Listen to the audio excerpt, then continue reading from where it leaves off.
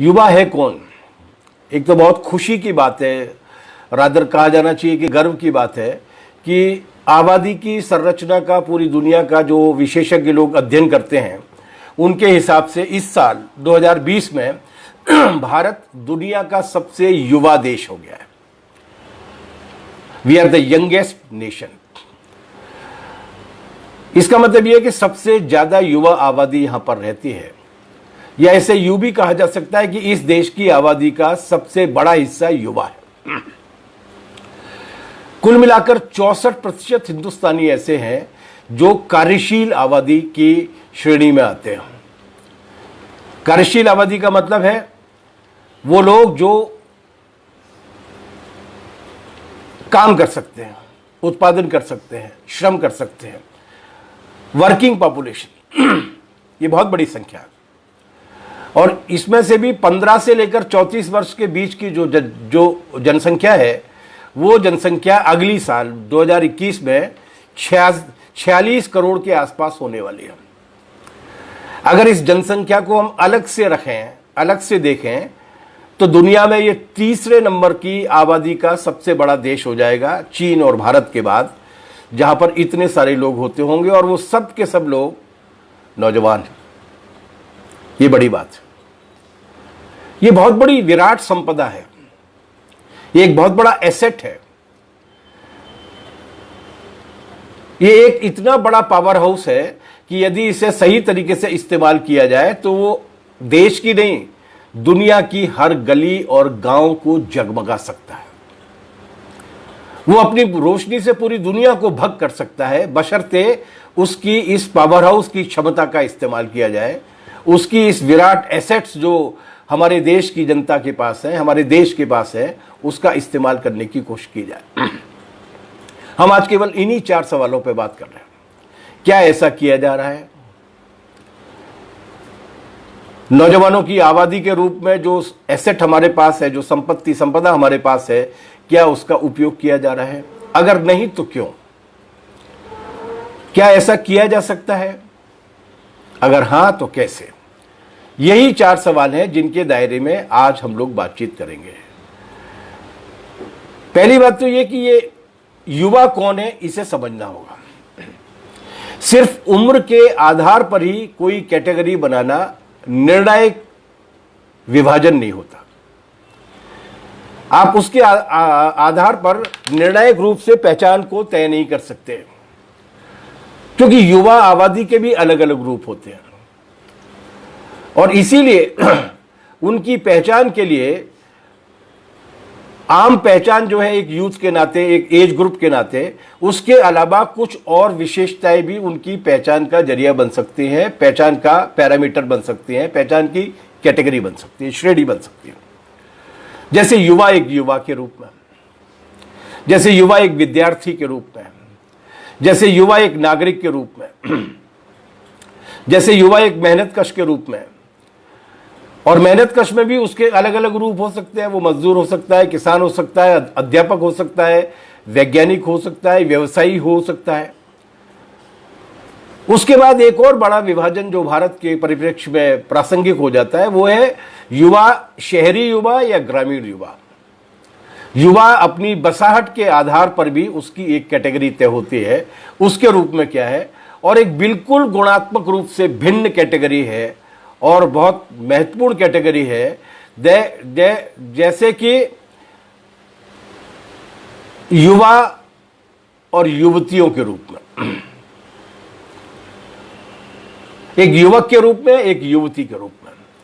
भारत की परिस्थितियों में एक युवती के रूप में होने से उसकी स्थिति का एक गुणात्मक रूप से नया पहलू सामने आता है, इसलिए उसकी समस्याएं भी भिन्न होती हैं और उन समस्याओं के कारण भी अनेक होते हैं, जिसके समाधान की ओर जनवादी नौजवान सभा DYFI काम करती है।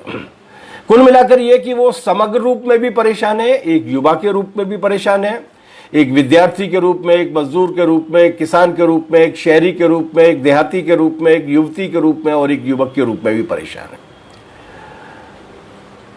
बिना किसी अतिशयोक्ति के अगर कहा जाए कि इन सभी रूपों में इस देश का युवा इतिहास के अब तक के सबसे खराब समय से गुजर रहा है। एक ऐसे समय से गुजर रहा है जो कोरोना काल में और भी खास तौर से सबसे ज्यादा क्रिटिकल और सांघातिक रूप में हमारे सामने आया है। कैसे?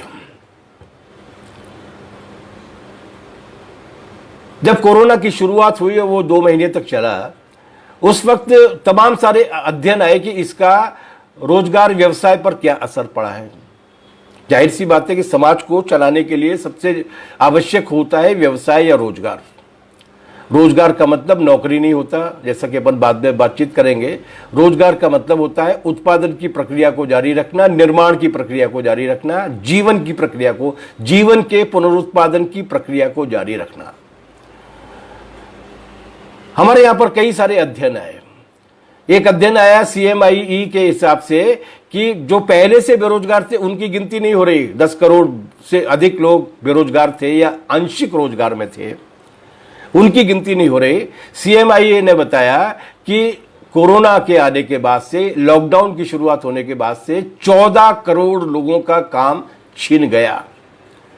ये 14 करोड़ लोग वो थे जो पहले रोजगार में थे, जिन्हें पहले कुछ न कुछ काम था, लेकिन कोरोना के लॉकडाउन की वजह से वो काम उनसे छिन गया। ये नए रोजगार आ गए, नए बेरोजगार आ गए। एक और स्टडी आई थी, अजीम प्रेमजी फाउंडेशन है, उस अजीम प्रेमजी फाउंडेशन ने शहरों में वो स्टडी की थी और शहरों में स्टडी करने के बाद उसने ये पता लगाया था कि कितने लोग हैं जिनका काम बरकरार है, कितने लोगों का काम छिन गया।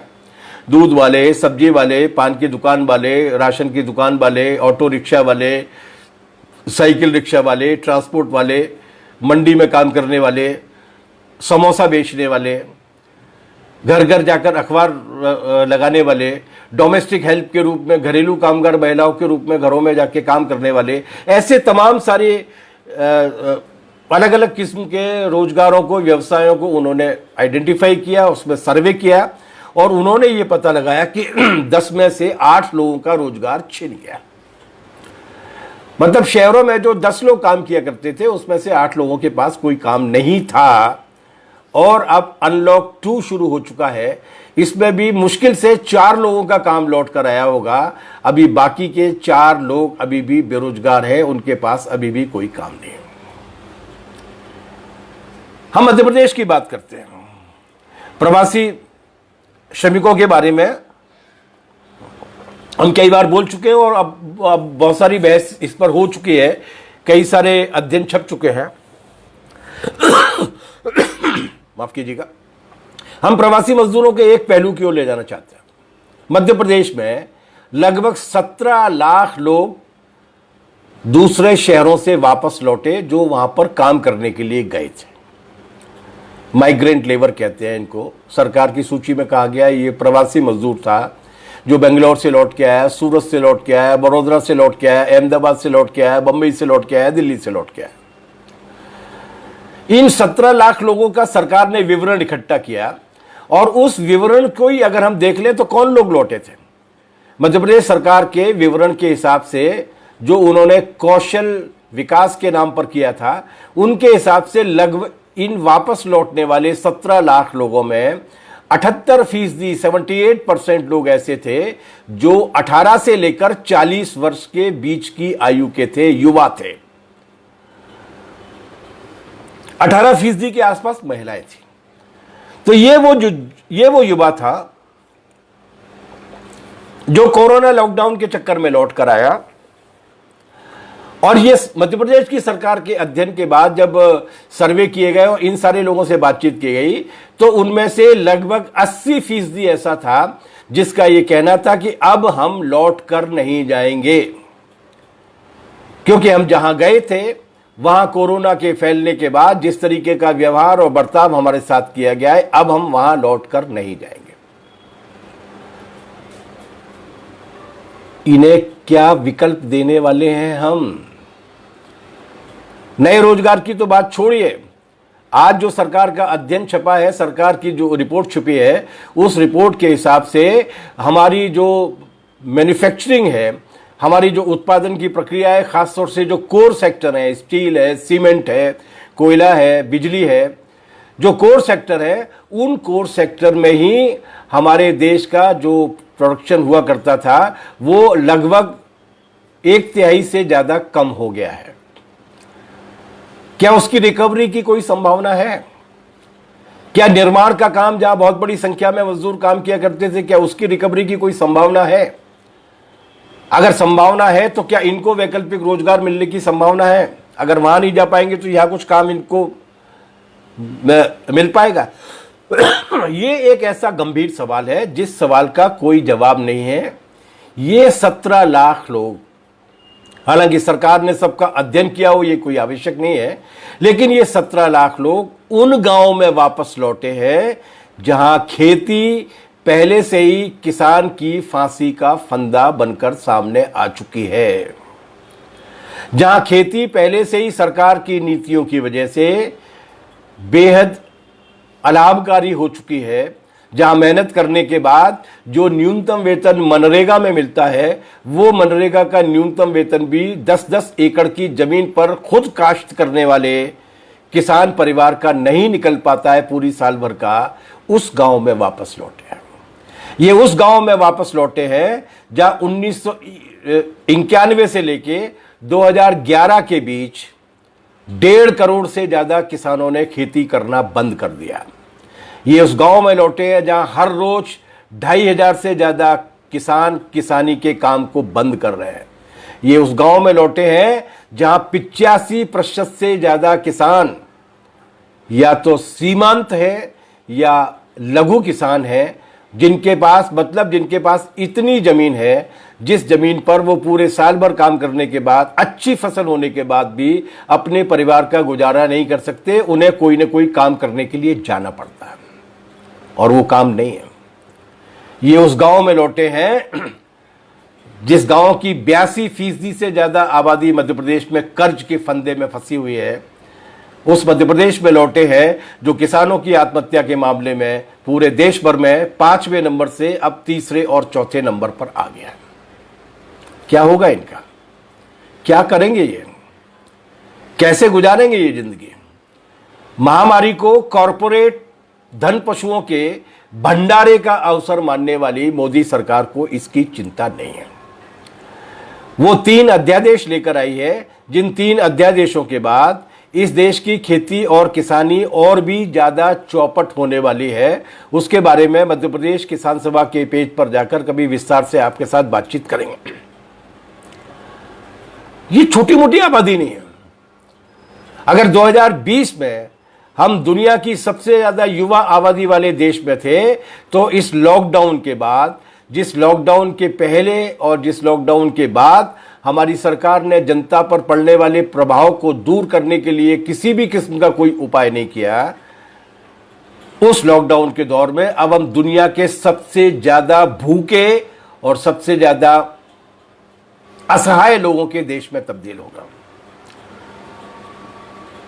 रोजगार देने के बारे में, नए रोजगार के सृजन के बारे में, नए रोजगार के अवसर पैदा करने के बारे में सरकार के पास कोई योजना नहीं है। और जिन्होंने थोड़ा सा भी अर्थशास्त्र पढ़ा है वो इस बात को जानते हैं कि रोजगार पैदा करने के बाद रोजगार पैदा करने की जिम्मेदारी मुख्य रूप से सरकार की होती है। एक बहुत बड़े अर्थशास्त्री से जिनका नाम था कीन्स, उन्होंने ये कहा था कि रोजगार के अवसर पैदा करना सरकार का काम है। अगर सरकार रोजगार के अवसर पैदा नहीं करेगी तो समाज नहीं चल पाएगा, देश का बाजार नहीं चल पाएगा, देश के उद्योग धंधे नहीं चल पाएंगे। हमारी सरकार रोजगार पैदा कर रही है। ये 20 लाख करोड़ रुपए का जो झुंझुना पकड़ाया गया था, जो आमतौर से अंबानी और अडानी और अमेरिका की कॉरपोरेट कंपनियों के लिए था, जो विजय माल्या जैसे भगोड़ों की तरीके से कर्जा देने के लिए था, उसमें कोई 1% भी नया रोजगार पैदा करने की बातचीत की गई। मनरेगा के लिए भी कुछ पैसा दिया गया जिसके बारे में बड़ा ढोल बजाया गया था कि जो लौट कर जाएंगे गांव हम उनको काम देंगे। उन्हें कम से कम 200 दिन का काम मिलना चाहिए। हर परिवार में एक व्यक्ति को नहीं बल्कि हर परिवार में हर बालिग व्यक्ति को काम मिलना चाहिए, क्योंकि नए लोग लौट कर आए हैं। ऐसी कोई योजना सरकार लेकर आई नहीं आई। रोजगार किसी व्यक्ति को नौकरी देना या उसके परिवार में आमदनी पहुंचाना नहीं है। इसी आधार पर बेरोजगारी सिर्फ आंकड़ा नहीं है। बेरोजगारी का मतलब यह है कि आपकी सरकार ने उस व्यक्ति को देश का श्रृंगार और मानवता का परिष्कार करने से वंचित कर दिया। वो अपनी मेहनत के जरिए जो रोजगार करता, उस रोजगार के जरिए कुछ नया निर्माण करता, कहीं बिजली घर बनाता, कहीं बांध बनाता, कहीं सड़क बनाता, कहीं स्कूल बनाता, कहीं कुछ पैदा करता। अगर वो पढ़ा लिखा है तो कहीं पर पढ़ाता, अगर कहीं पर खोज करता। आपने उसको अपनी योग्यता के आधार पर इस देश का श्रृंगार करने और मानवता को आगे बढ़ाने का जितना भी मौका था वो उसको वंचित कर दिया, उसकी क्षमता को निठल्ला बना दिया। और इस तरीके से बेरोजगार रख के आपने इस देश को नुकसान पहुंचाने का काम किया है, देशघाती काम किया है। बेरोजगारी सृजन शक्ति की, मनुष्य की सृजनात्मकता का अपमान है।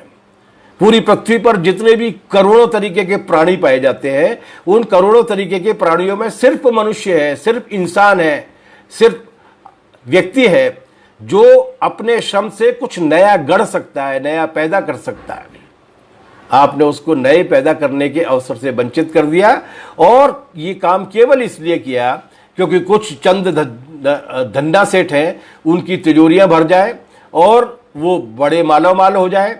और आप छापे कि हमारे देश में डॉलर अरबपतियों की संख्या बहुत बढ़ गई है। कोरोना काल में जब जनता भूखी मर रही है, जिसके लिए कल प्रधानमंत्री जी ने घोषणा की है कि नवंबर तक उसको राशन देने का काम करेंगे। मार्च में जो राशन मिलना चाहिए था वो आज जुलाई आ गई, अभी तक नहीं मिला, लेकिन वो गाल बजा कर चले गए। उसके राशन के लिए आपके पास कोई बंदोबस्त नहीं है। और इधर ये खबर आ रही है कि मुकेश अंबानी दुनिया के 10 सबसे बड़े रईस लोगों में शामिल हो गए। ये इस नीति का नतीजा है बेरोजगारी, जिसमें आप चंद मुट्ठी भर लोगों को मालामाल बनाते हैं और बहुमत जनता को भुखमरी के हाल पे मरने के लिए छोड़ देते हैं। इसलिए रोजगार कोई व्यक्तिगत मामला नहीं है। रोजगार देश के निर्माण से वंचित करना है, बेरोजगार बनाना। उसी तरीके से शिक्षा भी कोई कैरियर नहीं है, शिक्षा भी कोई डिग्री नहीं है। हमारे संविधान के निर्माता जो लाल झंडे वाले नहीं थे, जो वामपंथी नहीं थे, लेकिन वो भी इसके महत्व को जानते थे। और इसीलिए उन्होंने संविधान में ये लिखा था कि free and compulsory universal education होनी चाहिए।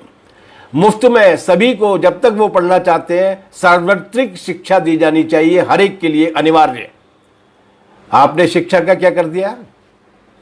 शिक्षा मानवीय गुणों और कौशल का निखार है जो अंततः मानवता और देश के काम आता है। आपने शिक्षा का क्या काम कर दिया?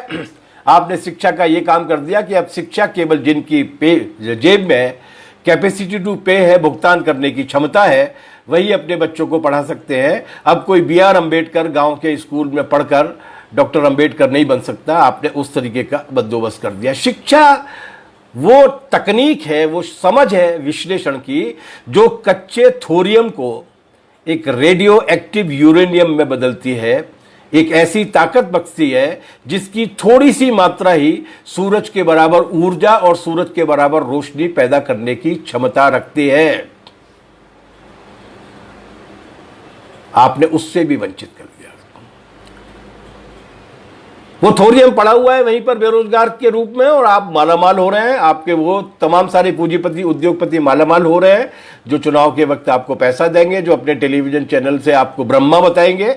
आप जीतकर चले जाएंगे, लेकिन देश हार जाएगा। देश की जनता अपने स्वाभाविक गुणों के विकास से वंचित हो जाएगी। इसी तरीके से स्वास्थ्य का अधिकार, स्वस्थ रहने का अधिकार, मनुष्यता का, मानवता का अधिकार है, आपने उसको भी व्यापारीकरण कर दिया।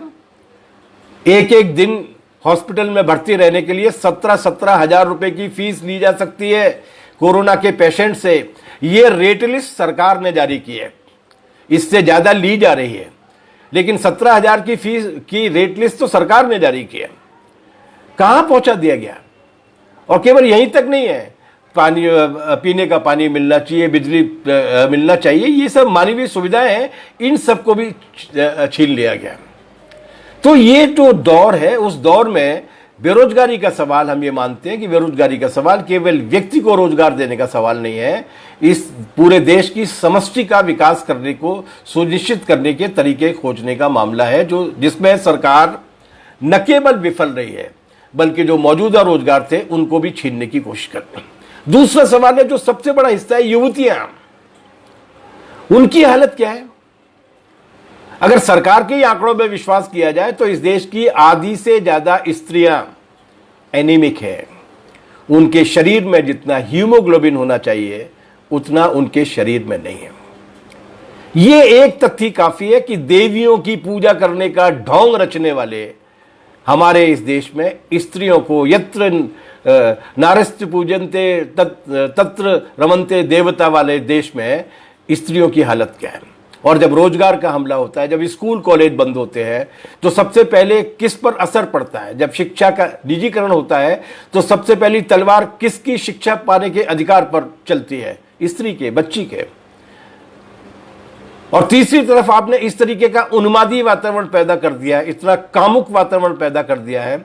मनु को लाने के लिए स्त्री को भोग्या के दर्शन को इस तरीके से व्यवहार में लागू कर दिया गया है कि अब उसके लिए सामाजिक जीवन में भी सुरक्षित रह पाना बहुत ज्यादा मुश्किल हो गया, बहुत ज्यादा कठिन हो गया है। अगर बहुत ही सामान्य भाषा में क्या, गिरिराज किशोर जी ठीक कह रहे हैं कि मरना तो मजदूर वर्ग का है।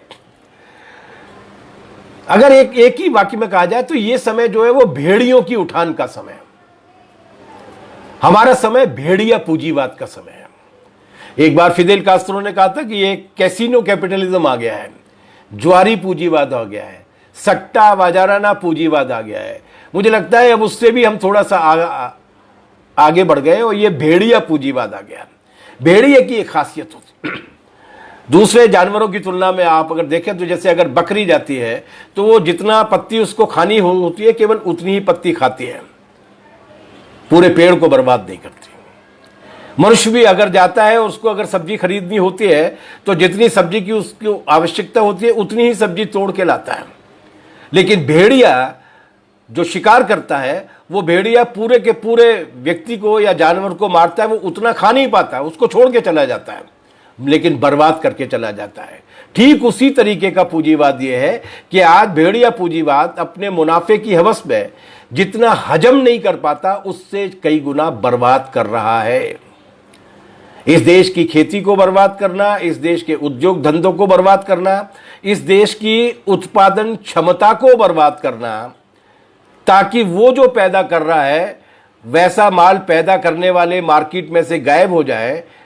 वो जो पैदा करते हैं वो पैदा करना बंद कर दें, केवल इसका माल बिके, तो उत्पादन की क्षमता भले ही कम हो जाए, लेकिन कम हो जाएगी, सप्लाई कम होगी, मांग ज्यादा होगी, तो इसको मुनाफा ज्यादा पैदा होगा। इस तरीके के भेड़िया पूंजीवाद का समय है, कॉरपोरेट की पूंजी के नियंत्रण में चलने वाले हिंदुत्व का समय है।